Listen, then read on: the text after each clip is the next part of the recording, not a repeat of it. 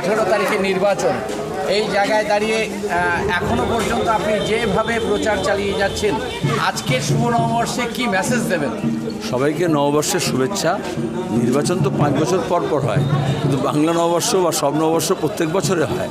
এবং এখানে রায়গঞ্জের ঐতিহ্য যে বাংলা নববর্ষের যে ধারা আছে পালনের, সেটাকে ধরে রাখার চেষ্টা হয়েছে। তার মধ্যে ধরো আমাদের উত্তরবঙ্গের বিভিন্ন যে লোকশিল্পী, তাদের অংশগ্রহণ, লোকাঙ্গিকে মুখোশও তৈরি হচ্ছে, সবাই সাজগোজ করছে এবং নববর্ষকে আহ্বান জানানো হয়, আবাহন হয়। এই আমাদের যে পুরনো ধারা আছে, ঐতিহ্য আছে সাংস্কৃতিক, সেটাকে মনে করে দেওয়া।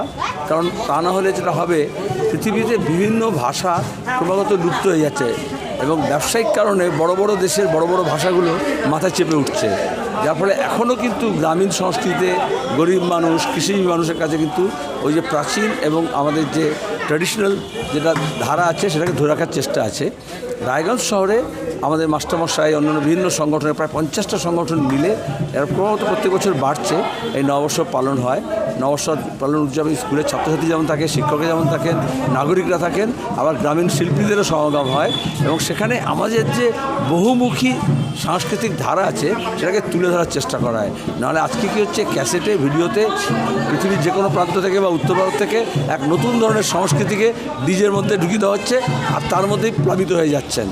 এই প্লাবনে কিন্তু আমরা বয়ে যাব না যদি আমাদের শেকড়টা মজবুত থাকে। নববর্ষ পালনের মধ্য দিয়ে আসলে আমরা এই শেকড়টাকে মজবুত করতে চাইছি, শেকড়ে একটু জল সিঞ্চন চাইছি।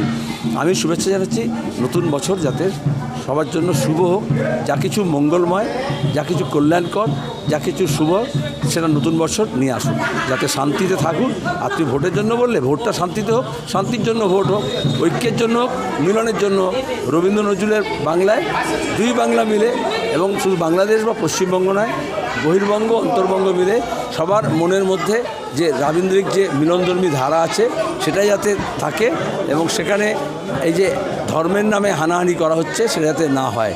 ধর্মের মোহ যারে এসে ধরে, অন্ধ সেজন মারে আর শুধু মরে।